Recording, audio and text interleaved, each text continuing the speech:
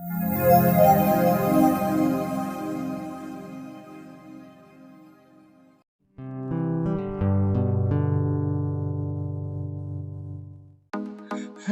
বন্ধুগণ, যেহেতু সজনে ডাঁটা খাওয়ার সময় এখন, এজন্য আমি রান্না করব সজনে ডাঁটা দিয়ে মসুরির ডাল। তার জন্য আমি একটি কড়াই বসিয়ে মসুরির ডাল দিয়ে দিয়েছি। তারপর একে টমেটো কুচি, পেঁয়াজ কুচি, রসুন কুচি, কাঁচামরিচ ফালি, পরিমাণ মতো লবণ, হলুদ আর তেল দিয়ে ভালোভাবে হাত দিয়ে সবগুলো মিশিয়ে নেব।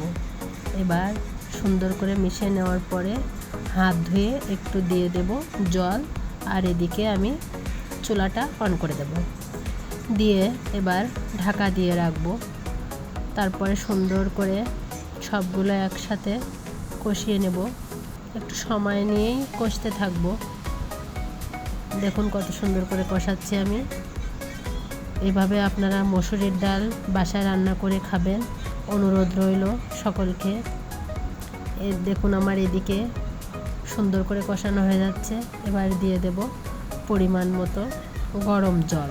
আমি জলটা ওয়াটার হিটারে আগে থেকেই গরম করে রেখেছিলাম। এবার আমি এটা দিয়ে দেব।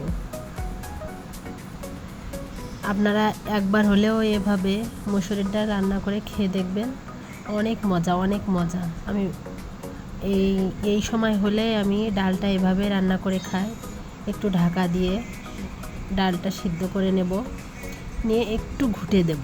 যেহেতু আমি সজনে ডাঁটা দিয়ে রান্না করব, এজন্য আগে থেকে একটু ঘুটে দিলাম। এবার দিয়ে দিলাম সজনে ডাঁটা। সজনে ডাঁটা দিয়ে আমি আবার ঢেকে রাখবো।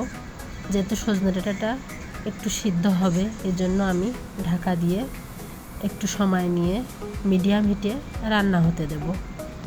দেখুন আমার রান্না প্রায় শেষের দিকে চলে আসছে। এদিকে আমার সজনে ডাঁটাটা সিদ্ধ হয়ে গেছে। দেখুন আমি একটু চেপে দেখছি যে আমার সিদ্ধ হয়ে গেছে কিনা। আমার ডাঁটাটা সিদ্ধ হয়ে গেছে। তারপর একটু টেস্ট করে নিলাম যে একটু লবণ কম আছে, এজন্য আমি দিয়ে দেবো আর একটু স্বাদ মতো লবণ দিয়ে আর একটু 5 মিনিট রান্না করে এবার নামিয়ে নেব। দেখুন আমার ডালটা রান্না রেডি। কেমন লাগলো আমার রান্না সবাই কমেন্টে